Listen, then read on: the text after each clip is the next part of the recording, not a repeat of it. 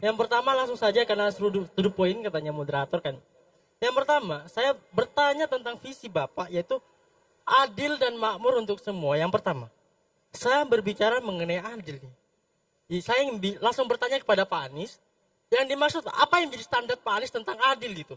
Tentunya adil bagi kita dan bagi Pak Anies itu berbeda tuh. Saya bertanya ini agar kemudian saya tahu tuh, adil yang dimaksud Pak Anies itu seperti apa. Itu yang pertama. Yang kedua, dalam penegakan hukum, ada banyak kasus HAM, ada banyak kasus korupsi tuh. Dalam kasus HAM, contohnya Kanjuruhan, yang disalahkan malah angin. Saya tidak mau itu. Pun, saya tidak mau pemimpin masa depan menyalahkan angin di kemudian hari gitu. Dalam penegakan hukum, kasus korupsi, kalau katanya Mahfud MD korupsi itu sebab korupsi itu karena banyak orang lama di politik seperti itu. Yang kedua karena saling menutupi satu dengan yang lainnya. Dalam KUHP baru dalam pasal 100 dikatakan bahwa hukuman mati itu dalam masa percobaan 10 tahun. Saya bertanya Bapak kepada Pak Anies, yang Pak Anies pikirkan tentang hukuman mati, dieksekusi mati langsung atau ditunggu masa percobaan 10 tahun? Itu pertanyaan yang kedua. Pertanyaan yang ketiga tentang kemiskinan. Yang pertanyaannya Bapak, dalam penegakan hukum, korupsi itu Pak, itu ada hukuman mati itu dalam pasal 100 KUHP baru, dalam masa percobaan 10 tahun. Pertanyaannya adalah, Bapak memilih mengeksekusi mati secara langsung atau menggunakan masa percobaan 10 tahun? Iya, baik, sudah dipahami ya. Kemudian selanjutnya. Oke, terima kasih. Terima kasih Bapak. Wassalamualaikum warahmatullahi wabarakatuh. Waalaikumsalam warahmatullahi wabarakatuh. Perkenalkan. Ini.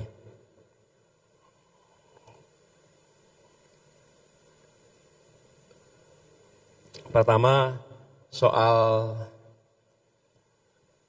ketika bicara tentang adil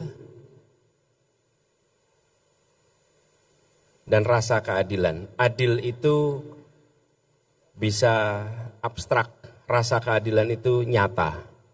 Dan ketika kita melihat Indonesia secara keseluruhan, maka kita bisa menyaksikan bahwa ada ketimpangan yang luar biasa di dalam pembangunan. Indeks pembangunan manusia yang tadi disampaikan Prof. Zainal, Jawa itu lebih maju 10 tahun dibandingkan Kalimantan, Sulawesi, Nusa Tenggara, Papua. Jadi angkanya selisih 5 poin. Di Jawa hari ini 74, di Sulawesi 69. Kalau dilihat angkanya hanya 5, tapi angka 69 itu adalah angka di Jawa 10 tahun yang lalu. Jadi bukan 5 poin selisihnya, 10 tahun selisihnya. Dan bila itu kita biarkan, nanti gapnya akan makin luas terus. Kita bisa mengatakan di situ ada ketidakadilan. Karena itu kita harus membangun kesetaraan. Saya tadi coba buka file, apakah operator bisa menayangkannya? Oh, bukan yang ini. Bukan yang ini, yang slide yang berikutnya dulu. Anda buka slide-nya. Slide yang kedua. Yang Indonesia Adil Makmur untuk semua. Judulnya itu. Buka di slide nomor 4. Saya ingin menggambarkan ketimpangan yang senyatanya terjadi. Jadi ketika kami bicara tentang keadilan, kami coba terjemahkan dalam kesetaraan kesempatan yang diberikan kepada semua. Dengan ada kesetaraan kesempatan, maka insya Allah kita bisa mengejar kemajuan. Lalu tadi soal hukuman, sambil menunggu saya ingin sampaikan soal hukuman. Kalau saya berpandangan, koruptor itu dimiskinkan, dirampas seluruh asetnya. Dan menurut saya bukan hukuman mati pada fase ini. Kenapa? Karena dalam hemat kami, sistem hukum kita belum sempurna. Ada ruang kekeliruan. Dan kalau ruang kekeliruan itu terjadi, kita tidak bisa mengoreksinya. Karena yang sudah dihukum tidak bisa dikembalikan. Tidak bisa dikembalikan. Bila Anda temukan 5 tahun, 10 tahun yang berikutnya, ternyata ditemukan fakta-fakta baru, Anda nggak bisa mengembalikan itu. Jadi kami merasa dimiskinkan itulah solusi yang paling tepat untuk koruptor. Karena kalau tidak, koruptor akan terus jalan leluasa melenggang. Slide berikutnya, slide 4. Slide 4. Benar, nextnya. Yang tadi. Next. Slide berikutnya. Ini slide 3. Teman-teman. Perekonomian kita, PDRB-nya, Anda bisa lihat di situ. Yang namanya Jakarta, Jawa, itu luar biasa besar. 1.900 triliun. Bandung 211 triliun. Tapi begitu sampai ke Sorong 13. Jayapura 24. Apa artinya ini? Artinya kita punya ketimpangan yang luar biasa. Ini belum kalau dimasukkan data pembangunan kualitas manusia. Ya. Kemudian sekarang Anda ganti ke PowerPoint yang pertama. Saya ingin tunjukkan tentang pembangunan 40 kota yang kemarin disampaikan oleh Gus Imin dalam debat.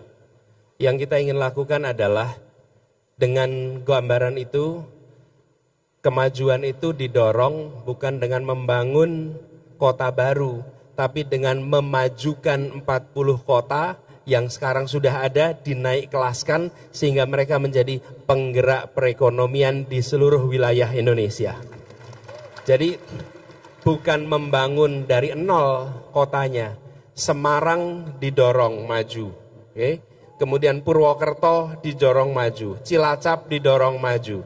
Supaya mereka menggerakkan perekonomian yang ada di sekitarnya. Tapi bila kita tidak mendorong 40 kota ini, nah ini dia nih, ini contoh nih. Jadi 40 kota ini sebagai pusat pengetahuan, ini bukan kota-kota yang nol. Lain dengan membuat IKN itu lahan kosong dibangun kota. Kalau ini kota yang didorong kemajuannya. Jadi yang disampaikan Gus Imin itu ada dasarnya. Ini loh dasarnya nih. Dengan demikian kota-kota ini akan menjadi penggerak perekonomian di wilayahnya. Selama kita tidak mendorong kemajuan itu lewat kota-kota, kita tidak menggerakkan. Semua hasil pertanian diserap oleh kawasan urban. Hari ini 57% penduduk Indonesia tinggal di perkotaan.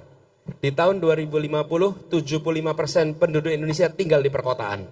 Bila kita tidak membangun, mengupgrade ya kota-kota kita ini, 40-an kota, maka kita akan mengalami problem yang sama seperti di Surabaya. Jadi apa yang dikatakan Gus Imin kemarin itu sahih berdasarkan studi, bukan imajinasi dan bukan selera.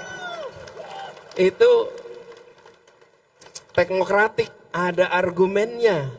Makanya kami siap berdebat karena karyanya dengan gagasan, bukan tanpa gagasan. Ya. Kemudian tadi ada yang berbicara angin. Angin ya, pas debat keluar soal angin. Saya akan sampaikan soal angin ya kemarin.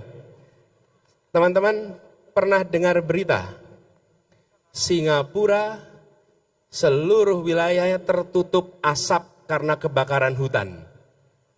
Berarti di dalam Singapura ada hutan yang terbakar ya? Iya. Kalau ada orang tidak mau menerima argumen soal angin, berarti kita harus mengatakan di dalam Singapura ada kebakaran hutan sehingga seluruh Singapura tertutup asap. Mau nggak kita terima argumen itu? Masuk akal tidak? Nah masuk akal. Di Singapura sudah tidak ada hutan dan tidak ada kebakaran. Kok bisa seluruh Singapura tertutup asap? Karena ada tempat lain yang kebakaran hutan. Terus asapnya kemana? Terbawa oleh angin sehingga sampai ke, mau bilang lagi, jangan salahkan angin. Jangan pernah merendahkan akal sehat dan data. Jangan pernah. Nah, sekarang boleh digambarkan. Sekarang saya tunjukkan foto polusi Ini potret satelit. Ini data nih. Potret satelit Jawa bagian barat dan polusi real time. Berhentikan dulu sebentar. Berhenti. Hentikan dulu sebentar. Berhenti. Stop. Stop. Klik stop. Oke, saya tunjukkan cara bacanya. Nih, kita pakai ilmu pengetahuan sama-sama, oke? Jangan pakai imajinasi, oke? Jangan pakai fiksi. Anda lihat kiri bawah. Kiri bawah itu tanggal jam. Real time. Kemudian di sini adalah peta Jawa termasuk Semarang. Ketika warnanya merah artinya polusinya tinggi. Ketika bening itu artinya bersih, tidak ada polusi. Oke? Pada saat ini Jakarta kelihatan bening, tapi kota-kota di timur kelihatan merah. Sekarang foto satelit ini tiap jam dilakukan terus-menerus sampai tergambar pergerakannya. Silahkan Anda lihat di mana sumber warna merahnya dan di mana yang nanti akan menjadi tertutup itu. Coba dinyalakan. Mari kita pakai ilmu. Nah, ini lihat. Ada masa Jakarta merah, ada masa Jakarta bening. Ada masa Semarang merah, ada masa Semarang bening. Sumbernya dari mana tuh? Titik-titiknya itu. Titik-titiknya adalah pembangkit listrik tenaga uap yang menggunakan batu bara yang asapnya keluar ke atas. Oke? Dari beberapa titik saja itu. Itulah yang bergerak. Yang menggerakkan siapa? Yang menggerakkan jin.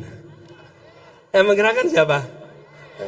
Jadi kalau mau sih ada orang yang bilang jangan cerita soal angin, maka dia tidak menghormati ilmu pengetahuan. Nih, lihat tuh. Tapi memang untuk paham ini perlu baca data. Kalau tidak pernah baca data, ya pasti begitu pikirannya. Nih, Anda bisa lihat di sini. Dengan melihat ini, teman-teman sekalian, Anda tahu kenapa ada masa polusinya tinggi, ada masa polusinya rendah. Kalau sumbernya hanya dari dalam kota Semarang, maka tiap hari harusnya sama. Kalau sumbernya hanya dalam kota Jakarta, maka harus tiap hari sama, gitu ya. Ini teman-teman, kalau nanti perlu biar dikirimkan linknya dari panitia kepada semuanya supaya bisa dibaca. Anak muda dilibatkan. Terlihat ya teman-teman sekalian, ini potret ini adalah foto satelit real time, jadi ini bukan imajinasi. Cukup saya rasa. Bagaimana teman-teman? Sekarang paham ya? Oke. Jadi Anda kalau nyindir lain kali jangan pakai angin mas. Nanti Anda akan ditunjukkan datanya nanti itu.